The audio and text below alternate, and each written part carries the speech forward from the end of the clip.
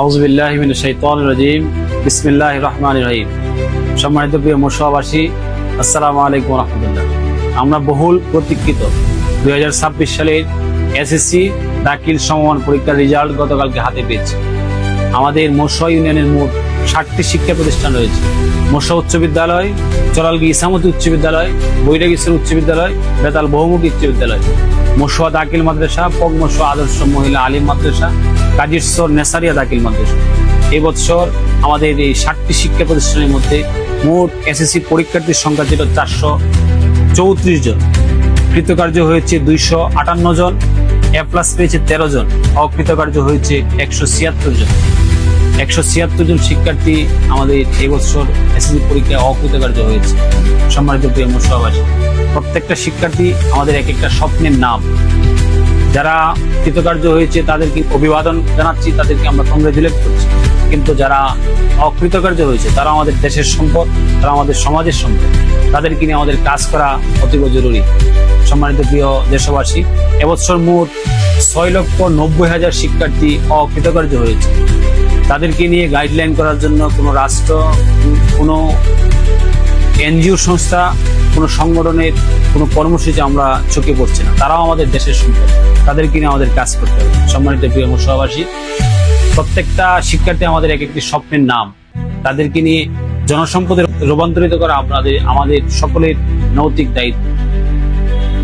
আমাদের সমাজে কিশোর গ্যাংয়ের দূরত্ব, মাদকাসক্ত, কিশোর অপরাধ যেভাবে সয়লাভ করেছে, এই অকৃতকার্য জড়ে পড়া শিক্ষার্থীদের যদি আমরা সঠিক ট্র্যাকে না রাখতে পারি, তাদেরকে যদি পরবর্তী একটি বছর সঠিক গাইডলাইন না দিতে পারি, তাহলে আমাদের জন্য, আমাদের সমাজের জন্য তারা বিস্ফোরা হয়ে দাঁড়াবে। এতএব সম্মানিত প্রিয় অভিভাবকবৃন্দ, প্রিয় শিক্ষকবৃন্দ, আসুন তাদের পক্ষে দাঁড়াই, তাদের সাথে আমরা কাজ করি। তাদের একটি বছর soft skill, hard skill, language, বিভিন্ন কারিগরি শিক্ষায় তাদেরকে শিক্ষিত করে জনসম্পদে রূপান্তরিত করবে। সম্মানিত প্রিয় অকৃতকার্য শিক্ষার্থীবৃন্দ, তোমরা একবার ফেল করেছো, অকৃতকার্য হয়েছে বলেই তোমরা হারিয়ে গেছো, বিষয়টা এরকম নয়।